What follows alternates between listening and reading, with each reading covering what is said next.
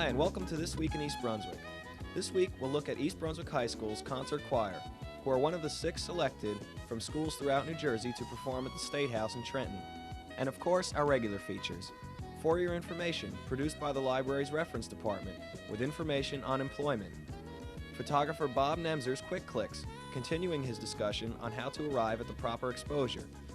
Ken Shalhoub's Health Facts, with news for better burgers. And Consumer Aware with Adrian Eisner, Director of the Township's Consumer Affairs Office. Due to technical difficulties, we are unable to bring you our regular Township Council review. Look for it to return next week. Now for a quick look at what's on Channel 8 next week. Monday morning at 10 a.m. it's Look Great, Feel Great with Lenore Kulik and exercise for abdominal muscles. At 10:30, it's For Art's Sake with Dolly Vasta and a look at art therapy at the Katzenbach School for the Deaf. Tuesday at 7:30 p.m., it's Let's Talk Health with Ken Shalhoub and his guest, audiologist Ellen Kelly. At 8, it's Part 2 of Paul Hanson's You and Your Money, a special show taped at the Brunswick Square Mall with a live audience and 6 finance experts. Wednesday at 3 p.m., it's Stories for the Kids with children's librarian Carol Phillips. And 8 p.m., a live cablecast of the public hearing on the school budget.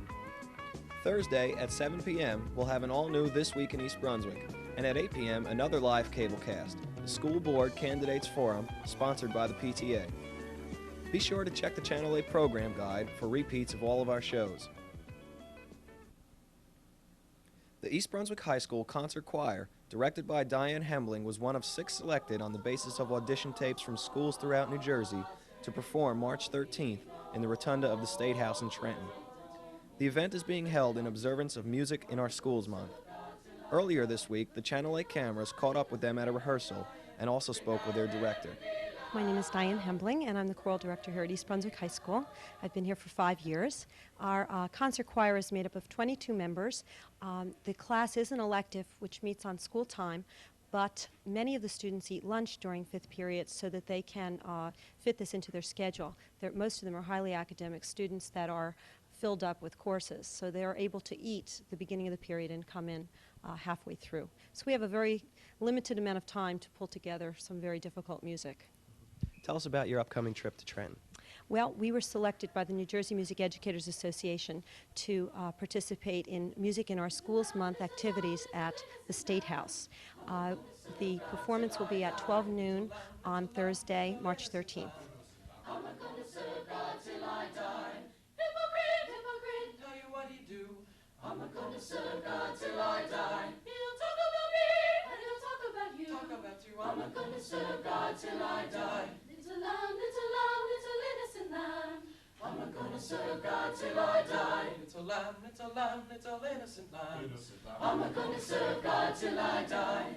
Devil, he's got a slippery shoe. I'm not gonna serve God till I die. Now if you don't mind, he's gonna slip it on you. Slip it on you. I'm not gonna serve God till I die. 'Cause there ain't no dying over there. 'Cause there ain't no dying over in that heavenly land.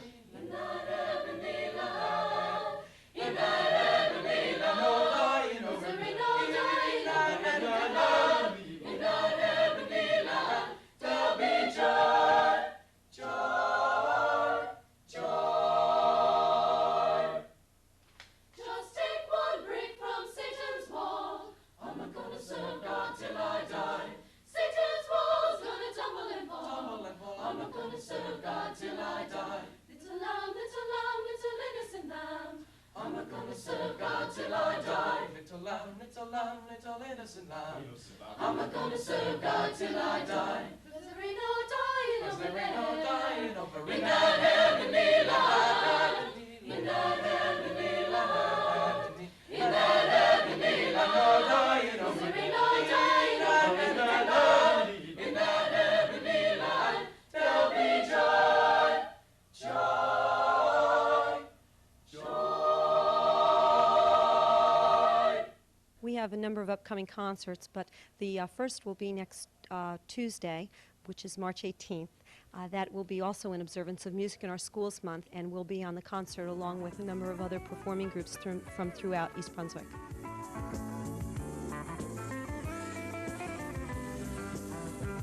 Does the library have information on job openings?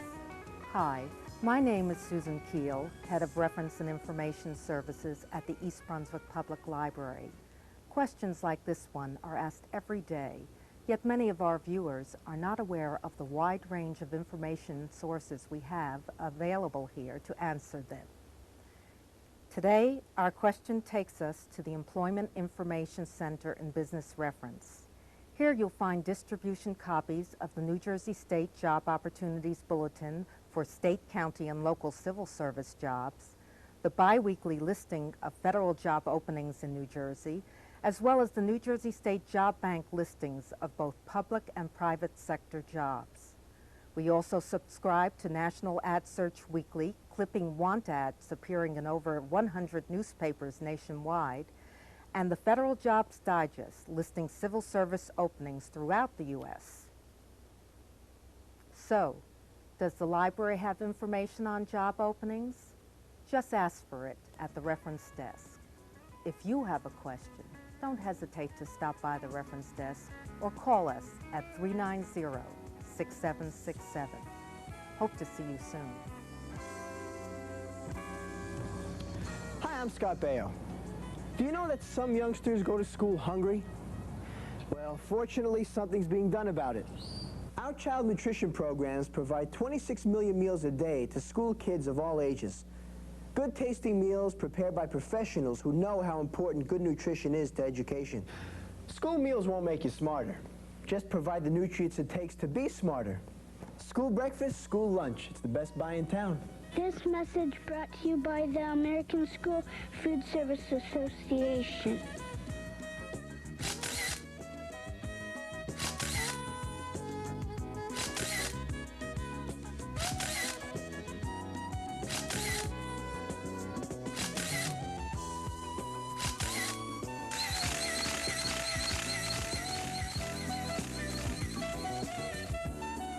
Welcome to Quick Links.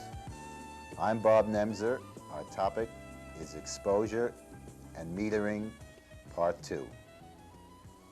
The oldest and most widely used metering procedure is by reflected light, and understandably so, for you perceive your picture in terms of reflected light, your camera images it by reflected light, and your film records it as reflected light. It is also the easiest metering technique. From your selected camera viewpoint, you read the meter's reaction to the light reflected from the whole scene and you're ready to shoot. The second major division of metering technique is by incident light.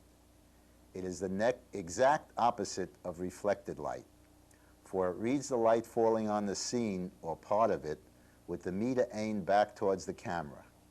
For specialized photography, as in professional movie making, this is the most universally accepted metering method. Because the incident light method involves a raw, unmodified light falling on the subject or scene, the readings are considerably higher than with reflected light. So there is usually a baffle of some sort built into the meter for incident light reading. This baffle reduces the impact of the light on the photocell, so that the readings become more nearly like those of reflected light meters. How much of a scene does your meter measure? There are 3 types of scene meter measurements. Averaging or overall meters read most of the image area and compute an exposure that is the average of all the brightness in the scene. Next is center weighted meters. They overlap their readings to concentrate on the central area of an image, which is usually the important one to the meter. Last is the spot meter, which reads only a small part of the image. Very accurate exposures can be calculated with a spot meter, but you have to select with care the area to be metered. Let's take a close look at a handheld meter and discuss its operation. This is a CDS, or cadmium sulfide meter. First, you set the meter to coincide with the speed of your film, or ASA, which is right here. We have it now set at 100 ASA. You look through the viewer here, aim at your subject, and then activate the photocell, which will move this needle thusly. As you see, it's set at between 17 and 18. You move the red arrow here to the number that the needle fell on, like that, which now is between 17 and 18, as you'll see here. And then you can choose from a number of f-stop and speed combination that will suit your needs. For instance, you can have a 60th at about f8 or 125th at f5.6 or whatever combination that you will read here. To expose for the darkest object in your picture, you expose for that object by aiming again and then getting a meter reading, which let's say now is 16. You set the U, which stands for underexposure, which is over here, at that number that the needle fell on, so that we would move that over to 16. Every part of the scene, from the darkest object to the brightest highlight, will be correctly exposed, provided, of course, the highlights do not extend beyond the range of the film, which is 128:1.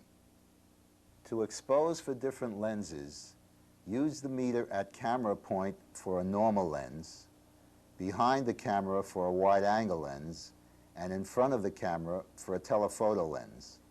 5 to 10 feet in front or behind the camera should be sufficient for a telephoto or wide angle. Thank you for joining me on Quick Clicks. I hope you will run right out and test a roll or two of film employing what we have discussed. Good exposures come only if you keep clicking.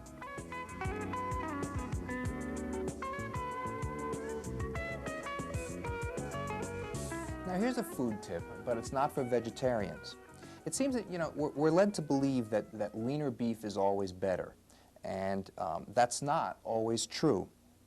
In the case of burgers, buying extra lean ground beef is not a very effective way to reduce dietary intake of fat and cholesterol, according to nutritionists Kenneth Prussia and Carla Hughes at the University of Missouri at Columbia. Comparing broiled hamburgers made from 100 grams of regular, lean, and extra lean ground beef, their studies show that cholesterol differences among pre-cooked patties level out during broiling. Similarly, they found that fat in the different grinds varied only 5% after broiling, even though they had a threefold pre-cooked difference, regular being 28.5% fat by weight, extra lean being 9% fat by weight.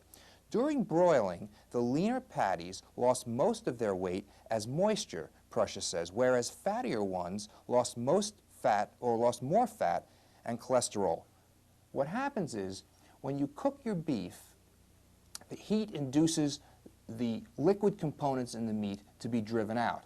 In the case of the standard ground chuck, what happens is the fat cooks out, the moisture stays in the beef and keeps the burger nice and moist. When you cook a burger with lean beef, there's not very much fat to cook out, so you cook out the moisture. The bottom line is that the final fat content of both burgers is virtually the same, but the moisture content is different, and that's why a burger made from standard ground beef is juicy, and a burger made from lean beef tends to be tough and dry. So, the most important factor for burger lovers, a trained taste panel preferred regular beef to leaner grinds because it made for juicier and more tender burgers. So, providing you're not a vegetarian and you like to eat your hamburgers, but you are concerned with your fat intake, it's okay to eat burgers made from standard ground beef. Thanks for watching Health Facts.